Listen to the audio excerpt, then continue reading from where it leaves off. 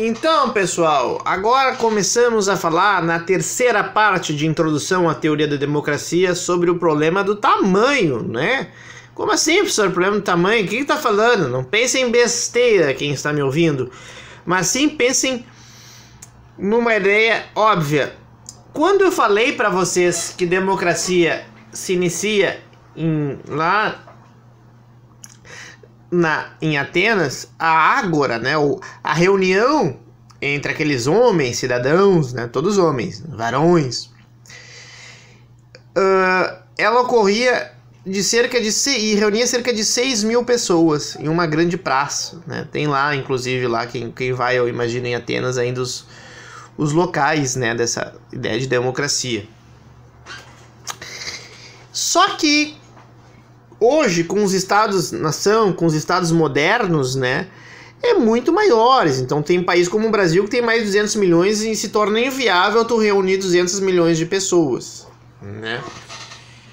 Então, ainda que exista, né, um problema de participação política, ou seja, vários autores ao longo da teoria democrática vão se perguntar se nós não poderíamos ter uma participação política maior enquanto cidadãos na vida política, né?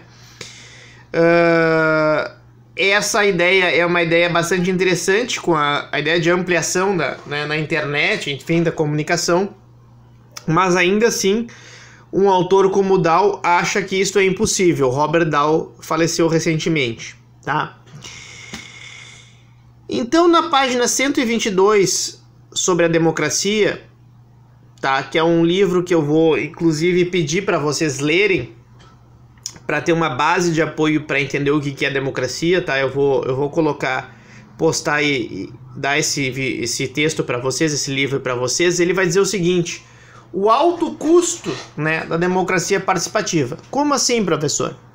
Observe na primeira coluna, aqui, tá? O número de pessoas, 10, 50, vai aumentando. Na coluna ao lado, ele se pergunta se nós estamos debatendo uma política pública, por exemplo. Digamos que nós estamos debatendo a previdência, tá, deste município. E cada pessoa terá direito a 10 minutos de fala, né, para produzir os seus argumentos. Se cada pessoa utilizar os seus 10 minutos, né, nós podemos aqui perceber que o número de horas vai aumentando e alguns dias e horas. Então, se nós tiver apenas em 10 pessoas, em 2 horas a gente consegue fazer uma discussão e aprovar algo. Já se for em 50, vai levar 8. 500 vai levar 83, 1000, 10 mil, então vai levar 208 dias. Leva um ano inteiro para esse tempo. Pode parecer, professor, mas bobagem, não precisa 10 mil pessoas falarem. Ok, mas observe que simplesmente votar por votar, sem deliberar, sem apresentar muitas vezes argumentos, é complicado. E 10 mil não é nada para países de milhões e milhões de habitantes, né? Então, pessoal, é muito custoso as pessoas se reunirem para decidir, talvez tomar algumas decisões que são inclusive decisões menores, né, cotidianas da vida pública, como por exemplo definir o nome de uma praça, né? Eu acho que isso não é uma grande decisão, embora às vezes, dependendo do nome, né, tem um fator simbólico aí muito grande. Dessa forma, ele vai demonstrar para nós que é inviável a participação política de muitas pessoas em um mesmo local, né? Por isso a ideia de representação, para justamente diminuir os custos, né, da participação política, os custos de tempo, no caso. Então o dilema de Dow é que quanto mais cidadãos uma unidade democrática contém, menos esses cidadãos podem participar diretamente das decisões e mais eles têm que delegar a outras pessoas a essa autoridade. Obviamente que ao delegar essas tarefas, acaba-se havendo um distanciamento entre o interesse do representado e o interesse dessas elites parlamentares. Então, Quando eu falo em elites, cuidem, né?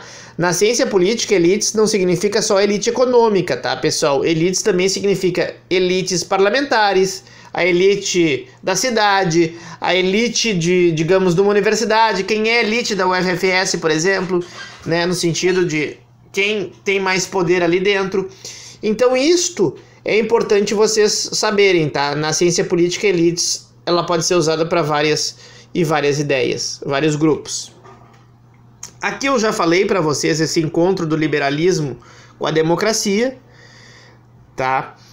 Por que tem que ter liberalismo e democracia? Por que elas andam juntas, né, pessoal?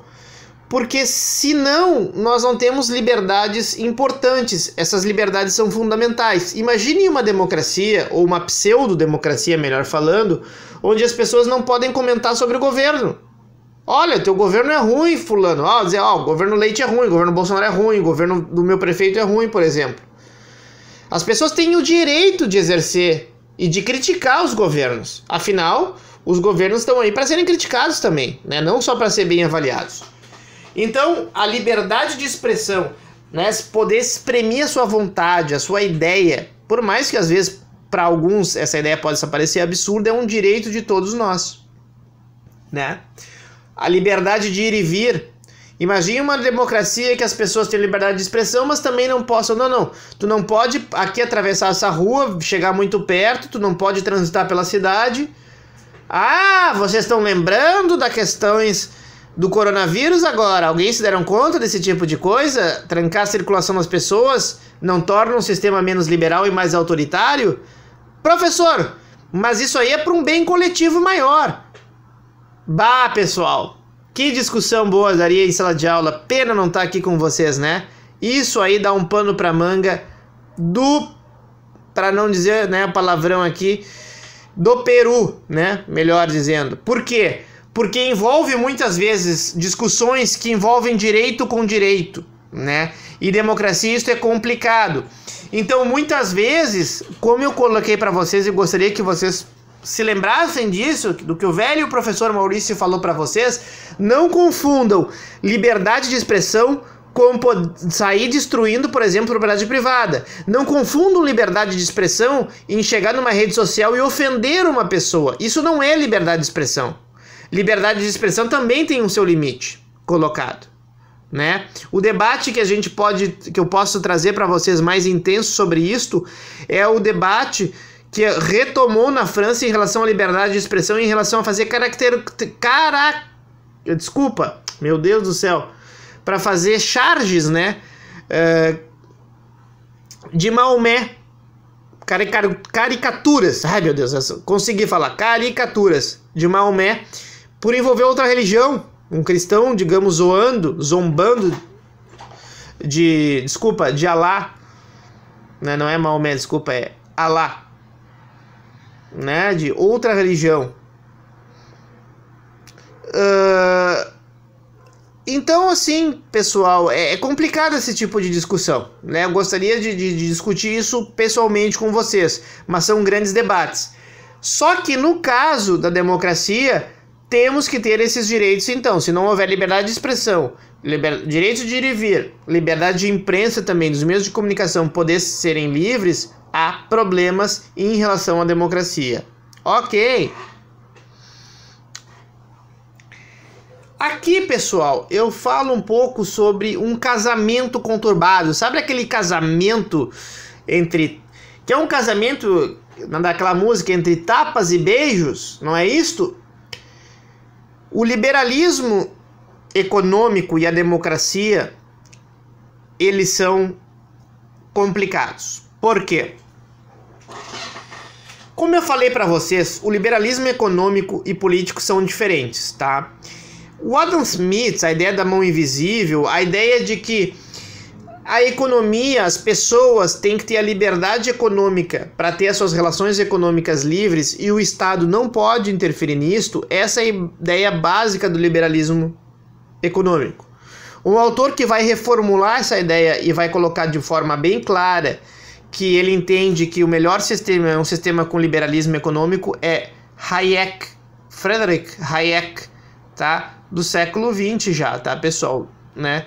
Então ele tem um livro muito famoso, que é O Caminho da Servidão, onde ele fala que se o Estado começar a meter muito bedelho em economia e começar a prejudicar o liberalismo econômico, nós então perdemos a nossa liberdade, estamos indo então para um sistema mais autoritário e quem sabe até totalitário. Ele vai falar isto, né, no pós-Segunda Guerra Mundial. Eu não me lembro se chega a ser pós-Segunda Guerra, agora teria que observar, tá, pessoal? Não me lembro exatamente a data da publicação do Caminho da Servidão. Vocês olhem aí na internet. Capitalismo, tá? E democracia. Casamentinho conturbado este. Por quê? Existe nesse livro que eu vou recomendar para vocês uma coisa muito inteligente que o Dal faz. Ele tem um capítulo e diz: por que capitalismo, né, favorece a democracia? Aí no próximo capítulo, por que o capitalismo prejudica a democracia? Por isso eu falei um casamento conturbado. E aí tem uma noção que eu compreendo correta, mas aí é uma interpretação minha. Veja bem, não existe correto ou errado, é uma interpretação teórica minha. Que realmente Dal tem razão quando ele afirma o seguinte: quando nós temos estados onde há ausência de propriedade privada, como alguns estados que houve no século XX, estados socialistas, tu tens um problema que tu começa a dar muito poder na mão de algumas elites burocráticas, ok? E isso acaba por ferir a democracia. Contudo, quando tu dá liberdade de propriedade privada em outros sistemas e começa a haver uma concentração de propriedade muito forte, também pode haver problemas em relação à democracia, com uma elite econômica mandando e desmandando nas principais decisões políticas, econômicas e sociais do país. Então, de certa forma, há um debate muito intenso sobre isso, né? É um debate bem interessante, mas que realmente é o grande debate, talvez hoje. Será que existe uma verdadeira democracia dentro do capitalismo? Os marxistas diriam que não, né? Ou será que eles estão falando bobagem? O que vocês pensam sobre isso? Tá? Em geral, esses neoliberais, então, pessoal, discordam da prerrogativa do Estado em intervir para garantir um Estado social mínimo, ainda mais se for redistributivo, ok? Então aqui concluímos a terceira parte.